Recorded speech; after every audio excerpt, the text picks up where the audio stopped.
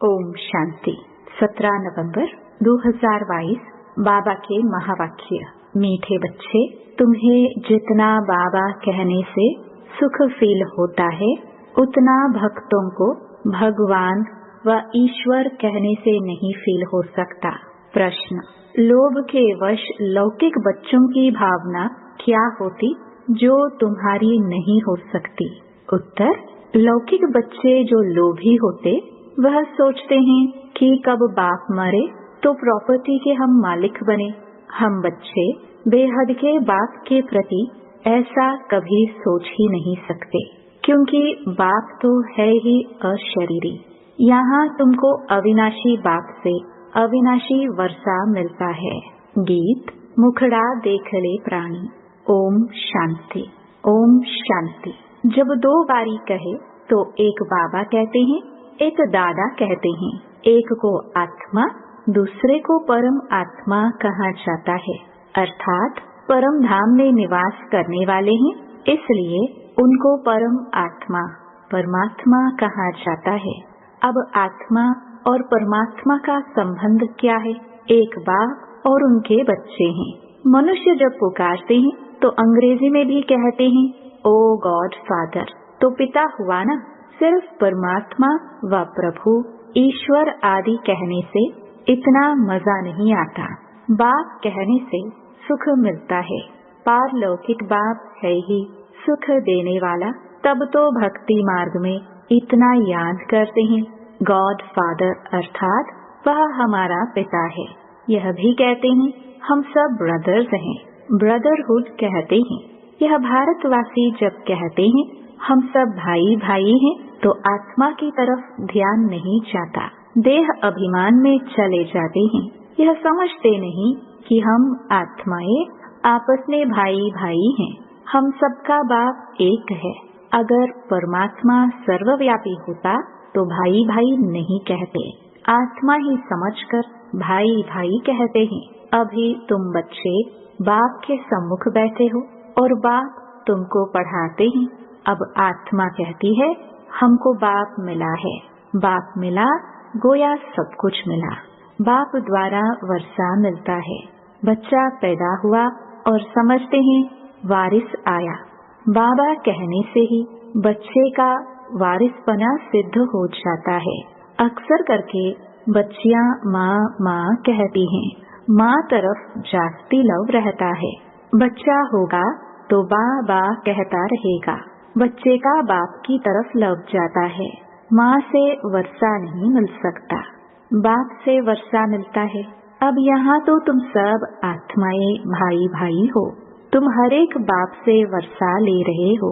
बाप की श्रीमत है हर एक अपने को बाप का बच्चा समझ और सबको बाप का परिचय देते रहे और सृष्टि चक्र का राज भी समझाए। बाप से ही स्वर्ग का वर्षा मिलता है।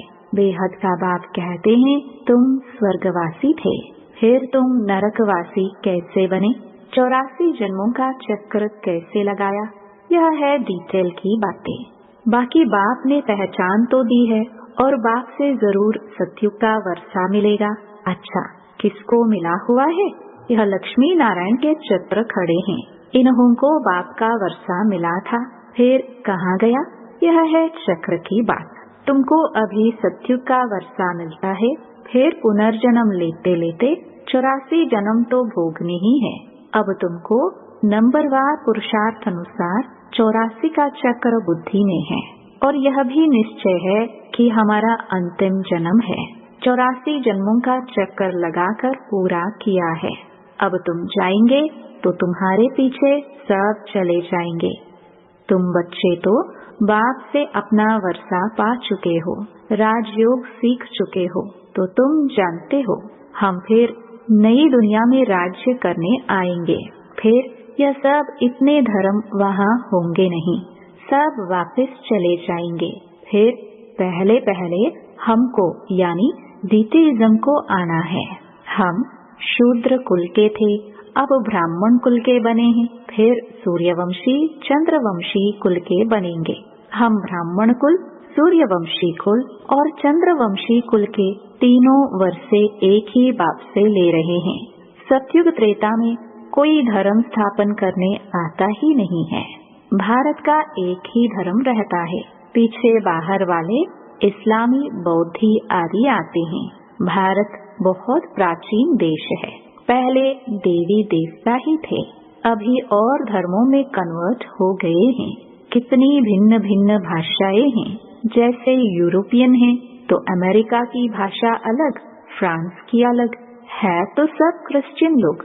वैसे चीन की देखो, एक ही बौद्ध धर्म के हैं, परंतु चीन की भाषा और जापान की भाषा और है तो सब बौद्ध, परंतु वृद्धि हो जाने से अलग अलग हो जाते हैं। आपस में दुश्मन भी बन जाते हैं। भारत का दुश्मन कोई नहीं है, यह तो दूसरे धर्म वाले आकर लड़ते हैं। आपस में फूट डाल भारत को भी लड़ा देते हैं। नहीं तो भारतवासियों की आपस में लड़ाई ऐसे कभी हुई नहीं है। दूसरों ने लड़ाया लोभ के कारण, यह भी खेल है। भारतवासी यह भी भूल गए हैं कि हम ही विश्व के मालिक थे। हमको बाप ने राज्य दिया था।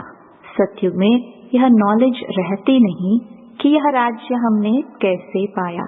अभी तुम जानते हो हम यह राज्य कैसे पा रहे हैं। यह बाप बैठ समझाते हैं, है भी बहुत सहज, परंतु मनुष्यों की बुद्धि को ऐसा ताला लगा हुआ है जो यह नहीं जानते कि इन लक्ष्मी नारायण को राज्य किसने और कब दिया। इन्हों के बच्चे कितने हुए कुछ नहीं जानते। सतयुग में लक्ष्मी नारायण का राज्य था। सतयुग की आयु कितनी है कह देते लाखों वर्ष। फिर लाखों वर्ष में गद्दियाँ कितनी हुई, वृद्धि कितनी हुई होगी, कितने महाराजा महारानी होंगे। लाखों वर्ष में तो अनगिनत हो जाए। लाखों वर्ष सतयुग के, फिर त्रेता के लाखों वर्ष, कलयुग के भी अभी 40,000 वर्ष और कह देते हैं। इन बातों में किसकी बुद्धि नहीं चलती। इतनी लंबी आयु दे दी है। क्रिएटर, डायरेक्टर, समय आदि सबका मालूम होना चाहिए, परंतु किसको भी पता नहीं है। कहते हैं क्राइस्ट से 3000 वर्ष पहले भारत स्वर्ग था, गॉड गॉडेस का राज्य था। कितना वर्ष चला, कैसे चला, यह कुछ भी जानते नहीं। अगर राधे कृष्ण सतयुग के प्रिंस प्रिंसेस हैं तो उन्होंने भी कोई द्वारा पद पाया होगा। अगर श्री कृष्ण ने गीता सुनाई तो कब, यह सब बातें बाप ही समझाते हैं। स्कूल में पहले अलफ बे पढ़ाया जाता है, फिर धीरे धीरे बड़ा इम्तिहान पास करते हैं तो अलफ बे की पढ़ाई और पिछाड़ी की पढ़ाई में कितना फर्क होगा। यहाँ भी ऐसे है, जितना पहले समझाते थे उससे सहज अभी समझाते हैं, उससे जास्ती आगे समझाएंगे। कोई नया आता है तो पहले उनसे फॉर्म भराया जाता है, फिर समझाते हैं। परमपिता परमात्मा के साथ आपका क्या संबंध है? जरूर सबका बाप हुआ ना। इन बातों को समझने वाले ही समझते हैं। जब तक हड्डी निश्चय हो कि बेहद के बाप से वर्षा लेना है, बाप स्वर्ग रचते हैं तो जरूर स्वर्ग का वर्षा देंगे। यह उन्हों की बुद्धि में बैठेगा जिन्होंने कल पहले निश्चय किया होगा। तुम देखते हो कई बच्चे सवेरे उठ नहीं सकते, 10-15 वर्ष मेहनत करते आए हैं तो भी समय पर उठ नहीं सकते। कम से कम 3-4 बजे उठो। भगत लोग भी सवेरे उठकर ध्यान करते हैं, जाप करते हैं हनुमान का, शिव का, परंतु उनसे कोई फायदा नहीं। भल करके कोई के लक्षण अच्छे होते हैं, परंतु उनसे कोई को मुक्ति, जीवन मुक्ति नहीं मिल सकती है। उतरती कला होती है। लक्ष्मी नारायण जो सतयुग में राज्य करते थे, वह भी दूसरे तीसरे जन्म में नीचे आते जाते हैं। उतरती कला होती जाती है।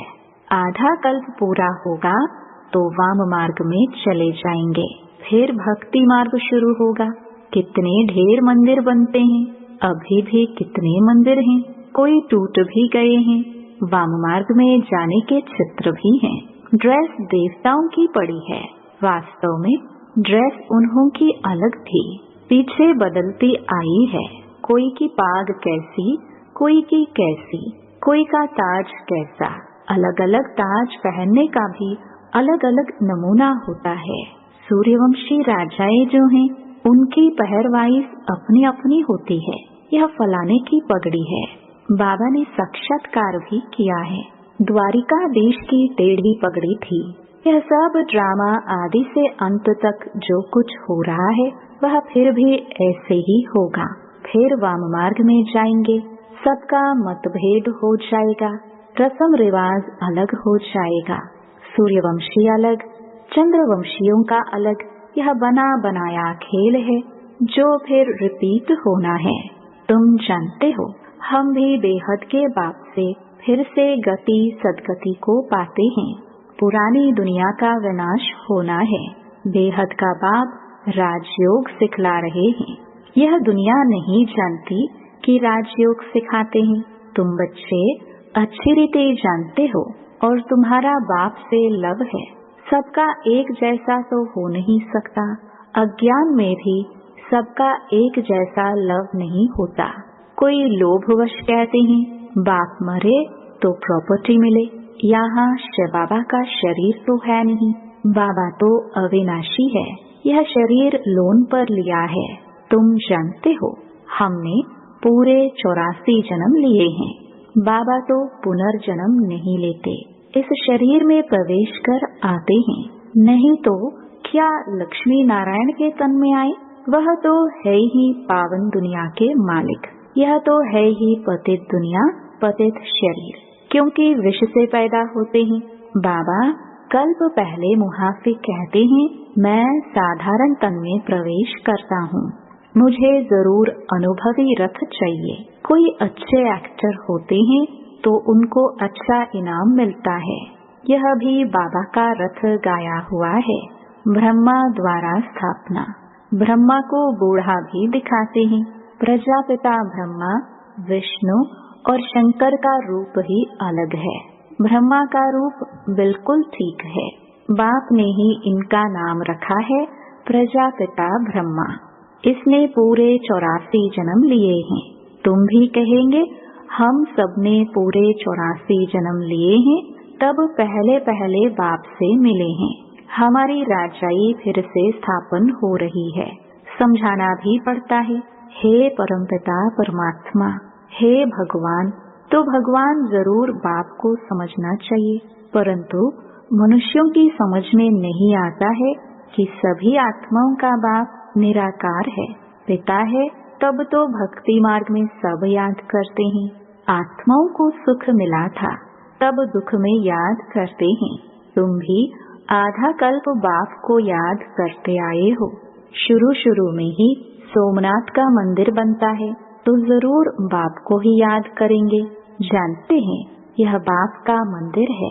बाप ने ही वर्षा दिया है, तो पहले पहले मंदिर भी बाप का बना है।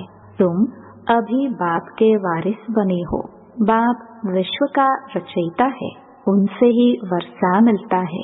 बाकी जो भी हैं, उन्होंने क्या किया, हम उनकी पूजा क्यों करते हैं? 84 जन्म वह लेते हैं, परंतु भक्ति भी व्यभिचारी होनी ही है। आधा कल्प के लिए सामग्री चाहिए। सत्युग त्रेता में सामग्री की दरकार नहीं होती। यह सब बुद्धि में धारण करना है। वास्तव में कुछ भी लिखने की दरकार नहीं है। अगर सॉल्वेंट बुद्धि है तो झट धारणा हो जाती है। बाकी किसको सुनाने लिए नोट्स लेते हैं, किताबें आदि रखने की जरूरत नहीं। हमारे किताब बिछाड़ी में कौन पढ़ेगा? औरों के शास्त्र तो बिछाड़ी में चले आते हैं, पढ़ने वाले हैं। तुमको तो पढ़ना ही नहीं है, प्रारब्ध मिल गई। आधा कल्प तो शास्त्र आदि की कोई बात नहीं। यह ज्ञान प्राय लोप हो जाता है। शास्त्र सब खत्म हो जाते हैं। पहले सबको यह समझाओ कि तुमको 2 बाप हैं। जिस्मानी बाप तो है, वह भी उस बाप को याद करते हैं। गाया जाता है, दुख में सिमरन सब करे। यह भारत की बात है। बाप भी भारत में आते हैं। शिव जयंती आती है, तुम कहेंगे हम अपने बाप का फलाना जन्म मना रहे हैं। भल पूछे ब्रह्मा कुमार कुमारियां हैं तो जरूर बाप आया होगा। यह है शिव का ज्ञान यज्ञ, तो ब्राह्मण जरूर चाहिए। ब्रह्मा कहाँ से आया? ब्रह्मा को अडॉप्ट किया, फिर बच्चे पैदा होते हैं तो भी इनके मुख कमल से रचते हैं। पहले सबको बाप का परिचय देना है। अच्छा, मीठे मीठे सिखिलदे बच्चों प्रति माता पिता बाप दादा का याद प्यार और गुड मॉर्निंग। रूहानी बाप की रूहानी बच्चों को नमस्ते। धारणा के लिए मुख्य सार। पहला, सवेरे सवेरे उठ बाप को प्यार से याद करने की आदत पक्की डालनी है। कम से कम 3-4 बजे जरूर उठना है। दूसरा, बेहद बाप से सच्चा लव रखना है। श्रीमत पर चल पूरा वर्षा लेना है। वरदान, कंपेनियन के साथ द्वारा सदा मनोरंजन का अनुभव करने वाले कंबाइंड रूपधारी भव। जब भी अकेलेपन का अनुभव हो तो उस समय बिंदु रूप को याद नहीं करो, वह मुश्किल होगा, उससे बोर हो जाएंगे। उस समय अपने रमणीक अनुभवों की कहानी को स्मृति में लाओ। अपने स्वमान की प्राप्तियों की लिस्ट सामने लाओ। सिर्फ दिमाग से याद नहीं करो, लेकिन दिल से कंपेनियन के साथ कंबाइंड बन सर्व संबंधों के स्नेह का रस अनुभव करो। यही मन मनाभव है और यह मन मनाभव होना ही मनोरंजन है। स्लोगन, बाप की श्रीमत प्रमाण जी हाजिर करते रहो तो सर्व शक्तियों का अधिकार मिल जाएगा। ओम शांति।